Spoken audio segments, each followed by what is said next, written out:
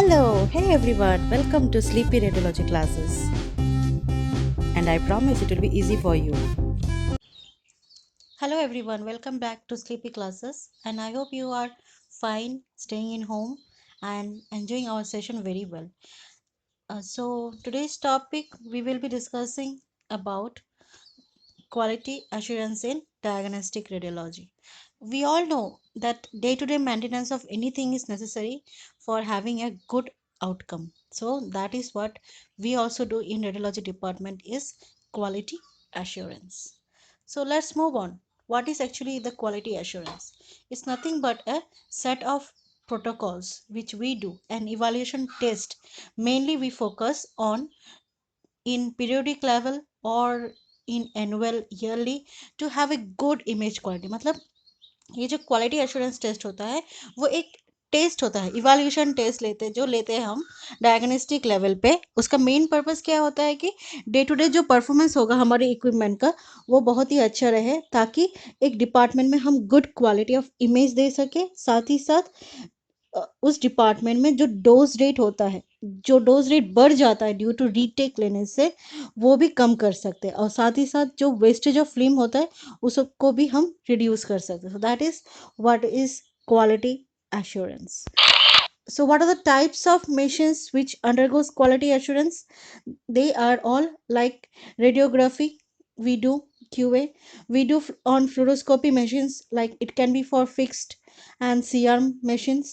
We do quality assurance on angiography areas, mammography side, CT scan, and in all the processors of CR and DR. Next is what are the types of QA test we do. First is the acceptance test, means like when you are buying any machine, okay, and when you want to buy or wants you to sell the machine, so you want to have an acceptance test. It's like you are buying a mobile phone, so what you ask the company is, show me what are the features you have. So that is what is accepting, you are accepting that, and that is called as machine specification is very much important. So if any vendors are bringing to you any new machine, ask them the specification, and that time they show you what is the main reason of QA also. So that is what is acceptance test. Next is monitoring test, that you will accept or not, you will monitor everything, right? Whether it is giving me 4 GB RAM or not, whether the everything is okay or not, what we check, that is monitoring test. Next we do is the annual test, and that is the final test. When we install our machine, when everything is okay, we install the machine and we do an annual checkup. Okay, and when you're buying any machine, ask for its CMC and AMC also. Next thing is tube repair test or replacement. Suppose after long days your machines are working, suddenly it got shut down or it has broke up. So what you will do is, आपको नया machine लाना है, या तो आप उसी machine को repair करोगे, तो उसके बाद तुरंत ही आपको क्या करना है, क्यूए करना है। तो क्यूए टेस्ट का क्या क्या टाइप है, एक होता है जब आप खरीदोगे तब एक्सेप्ट करोगे, उस टाइम में क्यू करोगे, आपके जो एक्सेप्टेंस है वो सही तरीके से है या नहीं है, उसके लिए मॉनिटरिंग टेस्ट करोगे। फिर आपका इंस्टॉलेशन जब हो जाएगा तब एक एनुअल टेस्ट करोगे, और फाइनली आप क्या करोगे, अगर कभी आपका मशीन ब्रेक डाउन हो जाता है तो आपको क्या करना है, रिपेयर या रिप्लेसमेंट के बाद आपको दोबारा से एक क्लीन करना होगा।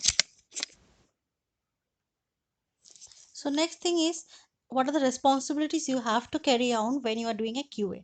First is you have to carry the QA test as per prescribed time. Next is you have to record the result. You have to analyze the result and seek corrective and preventive measures if you are not satisfied, and repeat the test until and unless you receive an satisfactory obtained. तो इसका मतलब यह है कि आपका क्या क्या responsibilities है। जब भी आपके पास मशीन होगा तो आप एक, उनका एक इंटरवल होता है, 1 month, 2 month, 3 months, when it shows any kind of non uniformity, तो उसी हिसाब से आपको क्यूए करना है। तो मुझे एक रिक्वेस्ट है हर रेडियोलॉजी डिपार्टमेंट स्टाफ्स के, कि आप एक लॉग बुक मेंटेन करो कि कौन सा टेस्ट कब हुआ है, उसको दोबारा कब करना है। अगर आप सब ये test continuously frequently at time interval करोगे, तो क्या होगा कि आपके जो डिपार्टमेंट है वो स्मूथली रन करेगा और बार बार आपका मशीन ब्रेक भी नहीं होगा। और जैसे आपको हर कुछ कुछ ऐसे भी डिपार्टमेंट्स होते हैं जिनके अंडर जो मशीन्स होते हैं वो सीएमसी और एएमसी में होते हैं। तो एक बार वो भी ध्यान में रखो कि जब भी कंपनी पर्सन आते हैं रिपेयर के लिए, तब आप छोटे छोटे जो प्रॉब्लम्स है उनको हाईलाइट कर दो।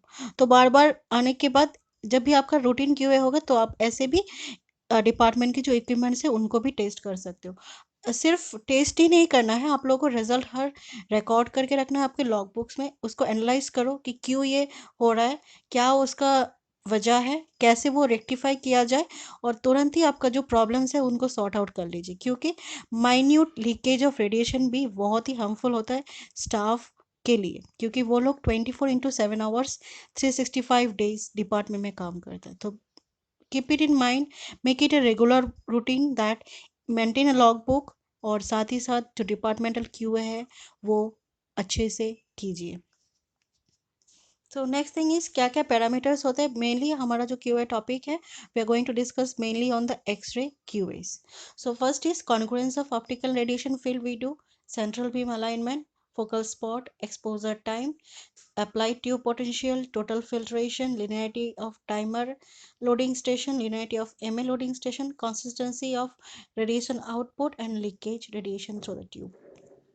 So, first topic we are going to discuss today on is congruence of optical and radiation field. Optical field इसका मतलब क्या है? Light field। और रेडिएशन फील्ड क्या है? जो आप एक्सपोजर देने के बाद तैयार होता है। तो ऑप्टिकल फील्ड कैसे तैयार करते हैं हम? With the help of collimator light. तो जब भी आप कॉलीमेटर लाइन ऑन करते हो तो आपको क्या दिखाता है? एक एरिया ऑफ फील्ड दिखाता है। तो that is my optical field. और फाइनली जब हम एक्सपोज करते हैं उसी एरिया में ही पड़ते हैं, तो that is my radiation field.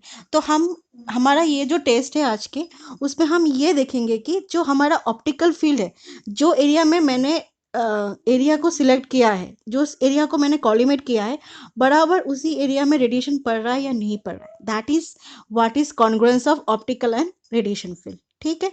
तो ये टेस्ट क्यों किया जाता है? This is basically done to limit the area of interest and prevent irradiation to unwanted area।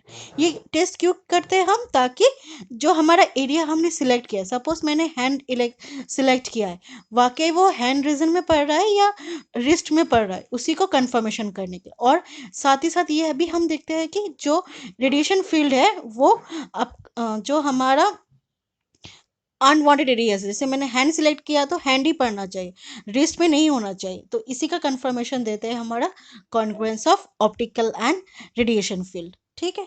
और इसमें एक टेस्ट टूल यूज किया जाता है जिसका नाम है collimator test tool. So that is, ये देख सकते हैं आप, ये है आपका कॉलीमेटर टेस्ट टूल। और इसका साइज क्या है? 24x27 centimetre rectangular from outside, 24x27, और फ्रॉम इनर इसका होता है 15x20 सेंटीमीटर। ठीक है। और इसमें क्या होता है? रेडियो ऑपिक मार्कर्स भी होता है। इसका पर्पस क्या है कि कितना आपका बीम शिफ्ट किया है, आपने जो कॉलीमेटर यूज किया है उसी का इंफॉर्मेशन। तो अगर आपका बीम सही है तो ये होना चाहिए आपका, ये देखिए ऑप्टिकल फील्ड, और ये है आपका रेडिएशन फील्ड। ठीक है। तो मूव करते हैं कैसे ये प्रोसीजर कर सकते हो। अगर मैं आपको और एक भी ट्रिक बताऊंगी, अगर आपके डिपार्टमेंट में कॉलीमेटर टेस्ट टूल नहीं है फिर भी आप ये टेस्ट कर सकते हो। कैसे? तो सबसे पहले आपको क्या करना है, जो ट्यूब है ये है आपके सोर्स और ये है आपके टेबल टॉप। तो यहाँ से टेबल टॉप का जो डिस्टेंस है उसको आपको कितना रखना है? 100 सेंटीमीटर SID। ठीक है। उसके बाद आपको ये ध्यान में रखना है कि हम लोग 60 kV 80 kV नहीं यूज़ करना है, हमको एक मिनिमम केवी लेवल यूज़ करना है, ताकि रेडिएशन का जो डोज लिमिट होता है वो एक लिमिट में रहे और अननेसेसरी जो लोग उसको क्यूए कर रहे हैं उनको अफेक्ट ना करे। तो जितने कम हो सके उतना रखो। 40 kV टू 1.5 MA रख सकते हो आप। ठीक है। उसके बाद नीचे क्या लगाओगे? कैसेट लगाओगे, और वो कैसेट स्क्रीन कैसेट होना चाहिए। उसमें फिल्म डालोगे और उसके ऊपर डालोगे आपके कॉलीमेटर टेस्ट टूल। ठीक है। तो देखो हमने क्या किया है, कॉलीमेटर टेस्ट टूल लगा दिया है। ठीक है। ये एक्सरे है, कैसेट है, उसके टेबल, ये है हमारा ऑप्टिकल फील्ड, लाइट बीम। ठीक है। अब ये है हमारे रेडिएशन फील्ड, देखा, I repeat again, radiation field exposure के ऊपर। उसके बाद आ गया आपके optical field and radiation field. अब हमको ये देखना है कि जो हमारा ऑप्टिकल फील्ड हमने सिलेक्ट किया है वो रेडिएशन फील्ड देने के बाद कितना शिफ्ट कर रहा है, आइदर लेफ्ट साइड में या आपके राइट साइड में। तो यही है उसकी रिजल्ट कि सबसे पहले आपको क्या करना है, यहाँ पर चार मेजरमेंट लेना होगा कि एक्स डायरेक्शन में कितना शिफ्ट हुआ है, एक्स डैश में कितना हुआ है, वाई में कितना हुआ है, वाई डैश में कितना हुआ है। तो इसका जो टॉलरेंस है वो 3% रहना चाहिए, इसके ऊपर नहीं जाना चाहिए। अगर इसके ऊपर चला गया तो आपको तुरंत ही उसको रिपेयर करना होगा। नेक्स्ट आपका जो टेस्ट होगा sum of shifts along the both direction. तो मतलब एक्स और एक्स डैश में कितना हुआ, वाई और वाई डैश में कितना हुआ है। तो इसका जो टॉलरेंस वैल्यू है वो 3% होना चाहिए, इसके ऊपर चला जाएगा तो नहीं होगा। और फाइनली आपको क्या करना है, entire sum of the sheets in all the directions, all direction में। तो x plus x dash plus y dash. तो आप ध्यान से देखो इस कैलकुलेशन में, तो आप देख सकते हो। तो फाइनल जो आपका रिजल्ट है summation of all the things, इसमें 4% के नीचे आना चाहिए, इसके ऊपर नहीं जाना चाहिए। सो that is all about my congruence of optical and radiation field. तो ये जो टेस्ट है इसका एक ट्रिक मैं आपको और भी बता देता हूँ कि आपके पास अगर कॉलीमेटर टेस्ट टूल नहीं है तो आप क्या करोगे, एक कैसेट में आप फिल्म लोड कर लो, या आप एक एनवलप में भी फिल्म लोड कर सकते हो। लोड करने के बाद फिल्म का जो पैकेट है या कैसेट का जो चार कॉर्नर है, सेंटर पॉइंट से वहां पर चार कॉइन रख दो। ठीक है, चार पॉइंट रखने के बाद कॉइन रख दो। फिर आप उस एरिया को, कॉइन नहीं है तो पिन रख दो, फिर आप उस एरिया को एक्सपोज करो। ठीक है, एक्सपोज करने के बाद भी आप ये कैलकुलेशन कर सकते हो कि उस फिल्म का एक्स डायरेक्शन में, वाई डायरेक्शन में, वाई डैश डायरेक्शन में कितना आपका शिफ्ट हो रहा है। तो मानो कि अगर आपका राइट साइड में शिफ्ट हो रहा है तो इसका मतलब है कि आपका जो रेडिएशन, जो कॉलीमेटर बीम है ना, कॉलीमेटर का जो मिरर है वो राइट हैंड साइड में बहुत ज़्यादा टिल्ट हो गया। तो आप उसको तुरंत ही इंजीनियर को बुलाओगे और उसी को तुरंत ही ठीक करवा लोगे, ताकि आपका जो कॉन्ग्रुएंस है वो एक्यूरेट सेम साइड में कोइंसाइड करे। तो that is all about my congruence of optical and radiation field. और ये जो टेस्ट है हमेशा 3 मंथ्स में करना चाहिए। ठीक है, तो how do we do the that one we do is we first adjust the height to 100 centimeter. Next thing is we select lowest kV and MA, 40 kV to 50 kV you can select, and MA 1.5 ms you can select. Next thing is you are going to place the collimator test tool. If you don't have collimator test tool you can take the cassette and you can put coins in the four corner and you can just expose it like this. You create the light field, that next you expose, you create the radiation field. Next thing is you see how much it has shifted to your right side or left side.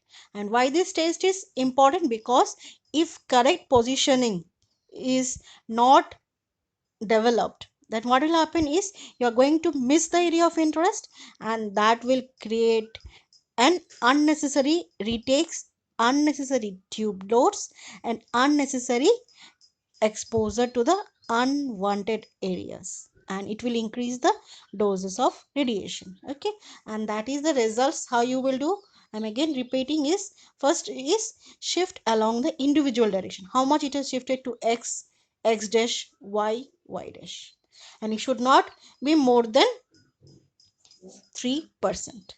Next thing is how much shift it is on both direction, x and x dash, y and y dash, right? It should not be more than 3%. And finally is along the all directions, so x plus x dash plus y dash, and it should not be more than 4%. So that is how we do the congruence of optical and radiation field. So we'll move to the next test and we will see in the next videos. I hope you have liked it and share it to everyone. Thank you.